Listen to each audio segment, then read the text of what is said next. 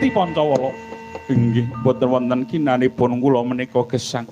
Awet katresnan kula sampun dipun punggel semanten. Katresnan kula dhumateng Diajeng Pergiwati kula nyuwun pamit pejah. Aja kaya mangkono. Wong mati nglalu kuwi ora becik dadine. Merga sukmane ora bakal tinampa ngersane Gusti Kang Karya Jagat, malah kepara urip ing kayu watu dadi barane jeb setan pirprayangan. Aduh lajeng kados pundi? Wis wektu dina iki yen to pancen nyata katresnanmu lair tumusing batin kelawan Pergiwati dina iki enggal. Nganti Petruk lan Bagong supaya tuturi lakumu. Ndherekaken wonten pundi? Wis to manut aku. Mlebu ana ing Taman Keputren Madukara. Pethukna Pergiwati tresna tenan kelawan kowe apa ora? Yen to tresna tenan mengko mesti ana dalane. Inggih ngestaken dawuh nyuwun pamit po.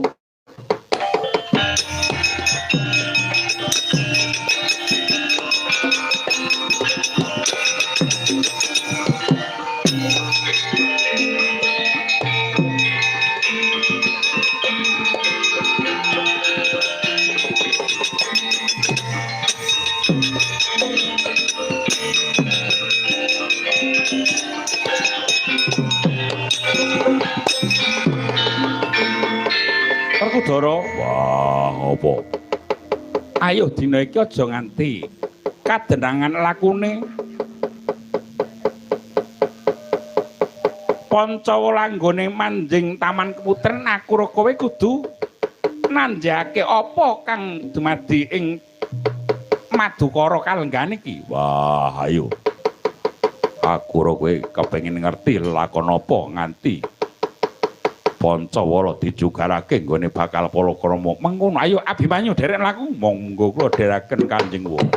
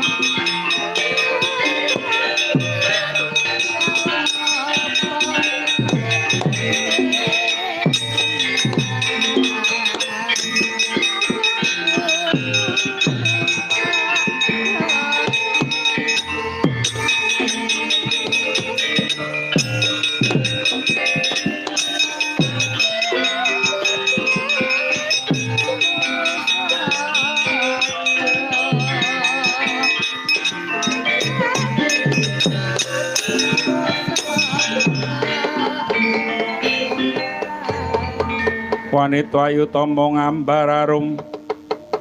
ngambararum sang kusuma yatal mawur madu branta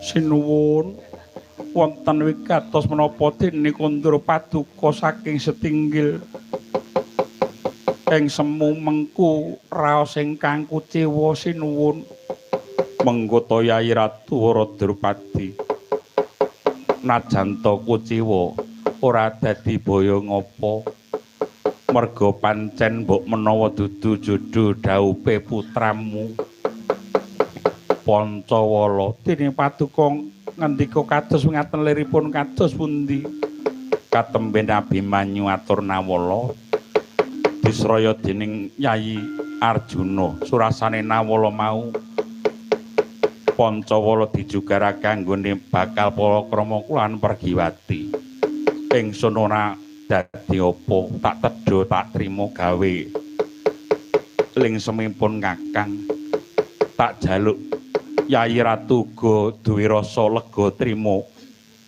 Duh sinuwun boten nyana babar pisan paduka tega ngrisak atinipun ingkang putra pun Pancawala sinuwun samangke yen ta Pancawala lajeng anyut tuwuh kados pundi paduka kedah saged ngayomi dumateng para putra malah paduka namung mendel kewala menika kados pundi sinuwun kula boten trimah sinuwun kacarita nalika semana ginugah rasi Sang Prabu Puntadewa tinangisan dening Sang Ratu Waradrupadi atebah jaja nyenggol Kyai Robong kalung robyong ing kono sigra matek mujijat jreg dadi Gandharwa genya sak lawun-lawun.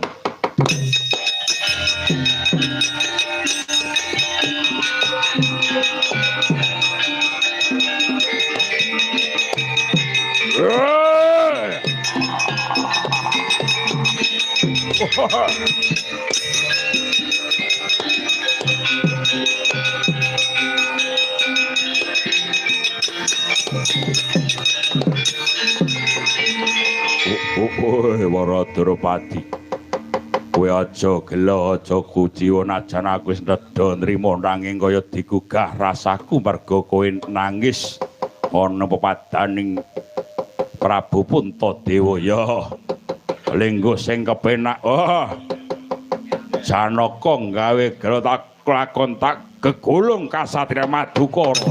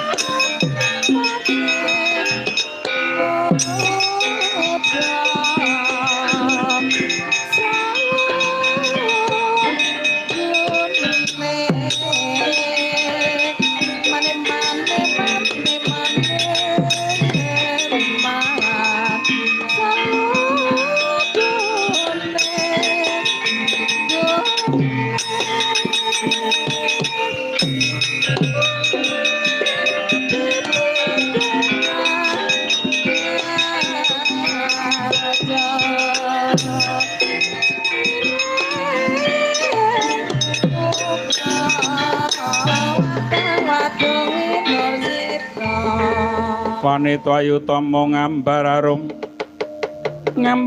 sangku sumo yata mawur madu bronto gembrang-gembrang yen ngandika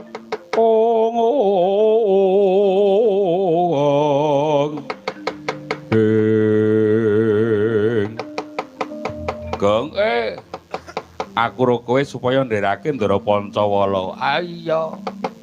Iki nang Taman Madukara to? Ah iya. Kuwi sapa no cewek? Cewek-cewek. Kuwi iki pacangane Ndara Pancawala. Iya wis sekarang ya wis padha tresnane ketok leplek ya, Tru. Ah iya. Kaya jaman aku karo ibune Kukuh. Waduh. Yuk kelingan lehmu pacaran ro bojomu. Mengkuta diajeng Pregiwati. Wonten Dewa Raden. Darunane apa? Pawarta sing tak tampa lumantar Nawala. Paman Arjuna njugarake utawa murungake nggonku bakal dhawuh lawan diajeng. Aduh, kula piyambak boten mangertos Raden. Namung kawuning ngono nalika semanten kabar saking Biyu Ngemban kula menika badhe dipun jodohaken dumateng putra Nalendra Ngastina Raden Sarja Kusuma Apa kuwi ya tresna kelawan Sarja Kesuma? Ampun, wah nika ki anak ratu ning kentir. Aja gelem. Ampun Den, angge mending katresnanipun menika dipun labuhi kanthi ta ing pati. Ngaten Den Ayu, mengkono Panakawan. Kang Mas Pancawala pejah gesang kula tetep sesarengan paduka Kang Mas Pancawala. Banjur kepiye Petro? Angge pun monggo gek dicelake sedhela. Sedhela mawon. Mangke kula jaga kula reksa. Ya Gong, iya kaya nunggu jaket karo sandal nang jaba. Pun gek disekecakipun. Sekecake. Ya wis aku kepengin bakal rembukan kulan bendaramu. Mboten mung rembukan nggih mboten napa-napa kok.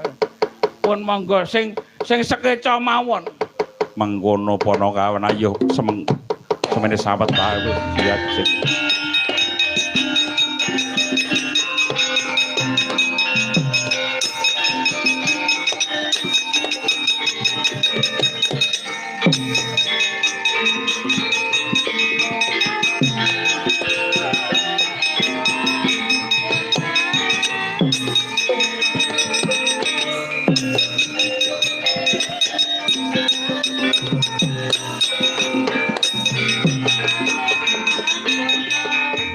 Kowe iki senengane semaguh kok, Truk. Semaguh piye?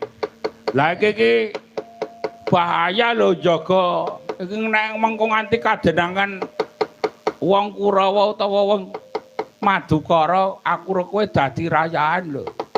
Heeh ya. Heeh wae kowe ora mikir. Kacarita. Kagiat sang Kilurah Petruk kelawan Kilurah Bagong dupi wonten jejering satriya jumedhul saking Bantala.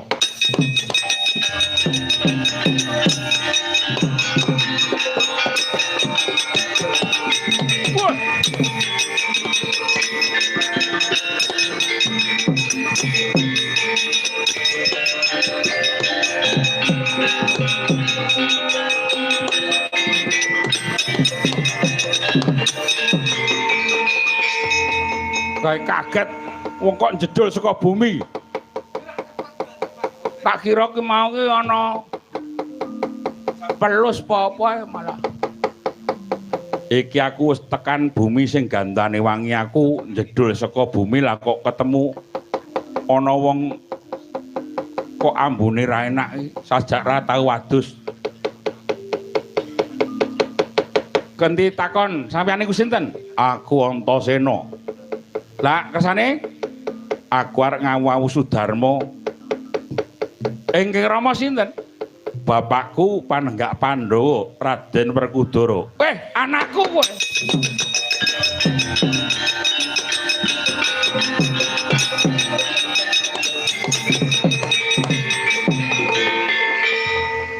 Cari Bapak Werkudara ki gagah. Apa iki kurang gagah, Iki aku Werkudara. Kowe aja edan terus menengo iki gawe golek slamet kok ya. Oh kowe Bapak Werkudara ki kowe. Iya, aku ki Werkudara. Jare duwe kuku Pancanaka. Oh, tugel winginan tanggo gawe nyuwil menyane. Jare duwe putra Raden Garukaca. Lah iki Garukaca ki.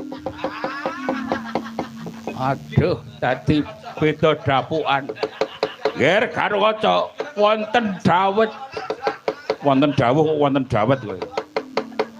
Iki kakangmu wah, Kakang Garukaca kok rusak kaya ngono. Heeh iki. Gatotkaca aku. Yen kaya ngono, Pak, aku ngaturake bekti. Yo, tak tampa. Wah, jan aku seneng duwe anak lanang. Niki kene aku agek duwe masalah. Masalah sing kepiye? Iki ana wong sing bakal nyekel aku ora wurung. Kowe sing kudu tumandang gawe ngaturke dharma bekti. Ya, aja semlang nek ana sing arep nyekel kowe, aku sing ngetrenggalangi.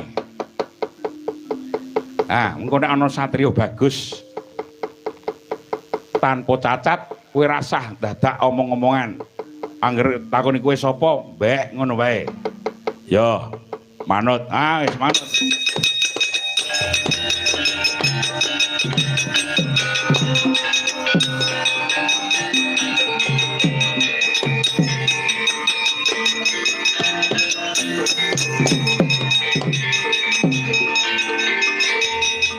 saka ature bocamban ana jejering priya ingkang manjing Taman Madukara. Kowe ingkang manjing Taman Madukara jenengmu sapa? Mbek. Jenengmu sapa? Mbek. Ora patut banget mati dening aku.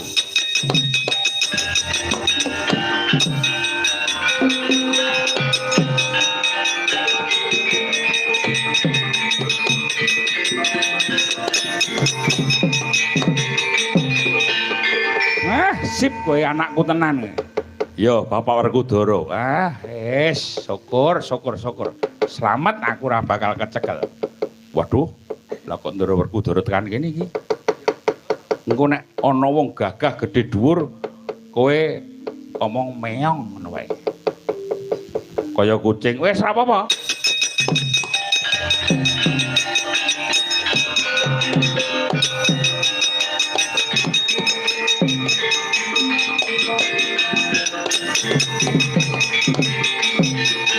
Wah, iki menungso sing wani mlebu Taman Sari. Meong. Wah, kowe sapa? Meong. Sapa? Meong. Mau. Wah, deplok dasmu.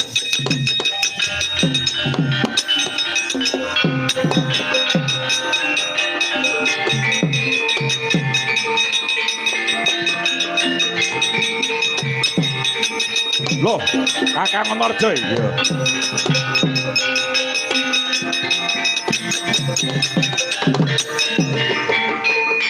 Lah kok wis tekan kene? Ya pancen aku nyoba barang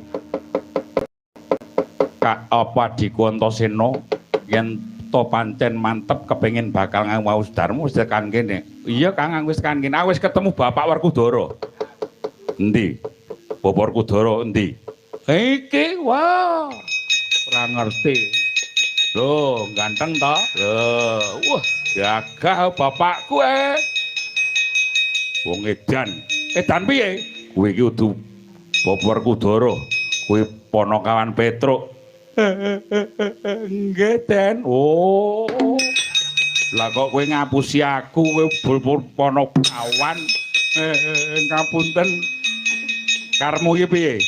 Kula namung nyuwun pangayomanipun awit kula menika nembe ngreksa putra Ngamarta. Piye, Kang? Ya wis yen kaya mangkono kepengin ketemu Bapak Werkudara iki. Aturake.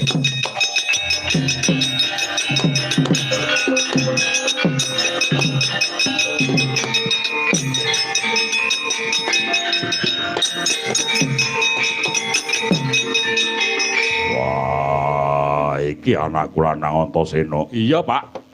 Bapak Werkudara iki sing iki. Ya pancen aku Werkudara. Jare iki. Ampun, ampun sia-sia. Wah, Petruk sing gawe geger. Nggih nyuwun ngapunten kula menika namung badhe ngreksa wontenipun Ndara Pancawala. Wah, lelakon iki karben rampung saka Kresna kakangku. Pun monggo dipun siksani mawon.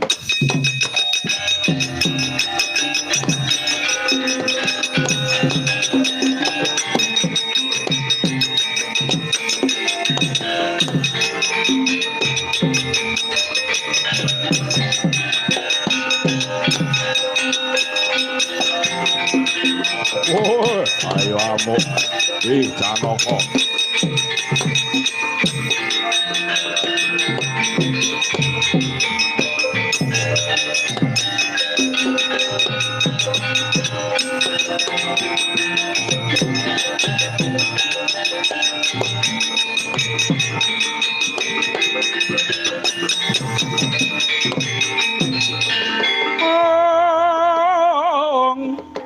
Sinaing gelung pamlet ing cakra kumiteraning asta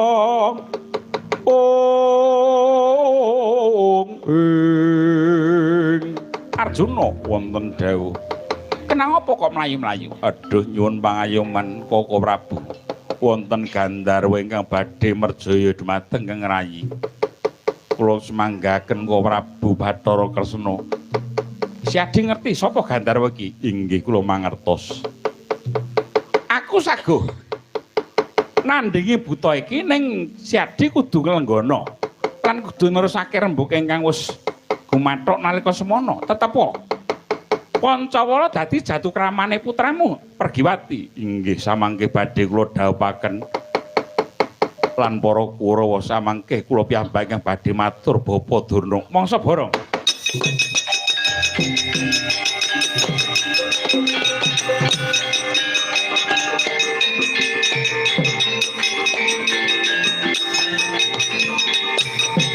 Woi,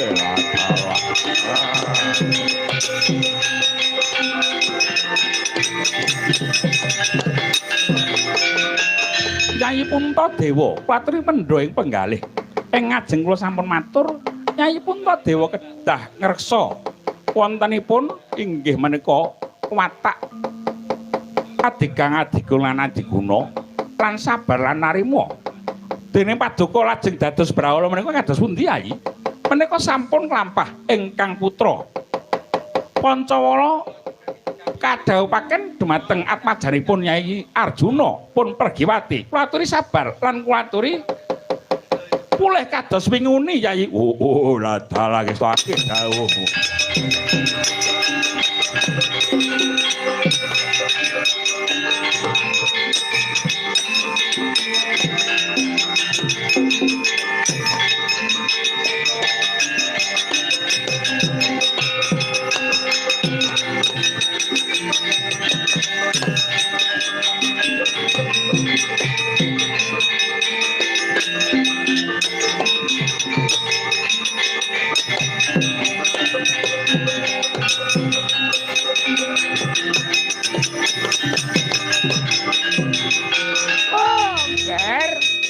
Putuku Sarja Kusuma wonten dawuh yang gagal maning Ger. Ora sida nggon mudhang lan Pergiwati. Sesuk tak goleke wanita sing cantik wae. Liyane Pergiwati. Lajeng kula dos pundi menika sampun menteng-menteng karep kula. Lajeng pripun wis mengko sing sabar tak goleke liyane.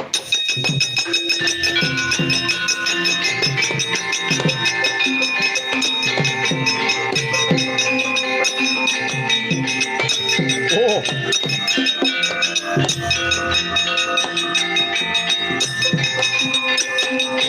Wah.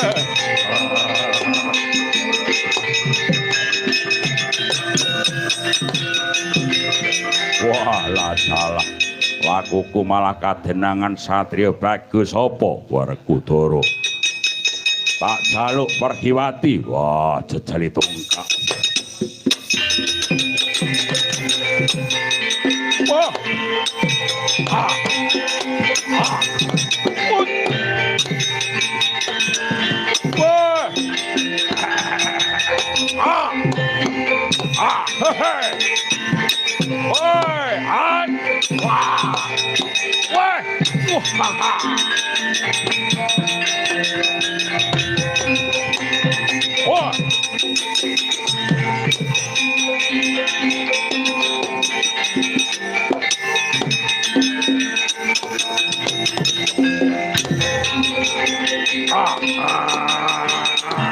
Wah. Wah.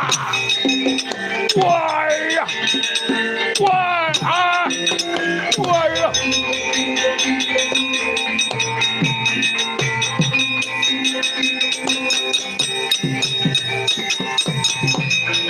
Waduh, mlati aku Werkudara.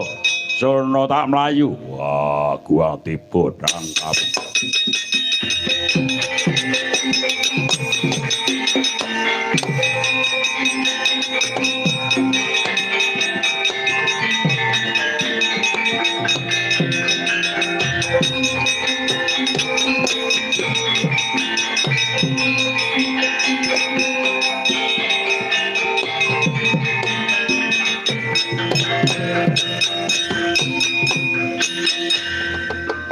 Dimas Werkudara jedhek kanggo apa?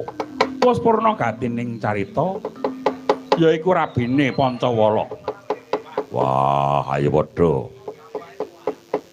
Derek mangayu bagya muga-muga rahayu. Rahayu ingkang padha pirangge Yayi.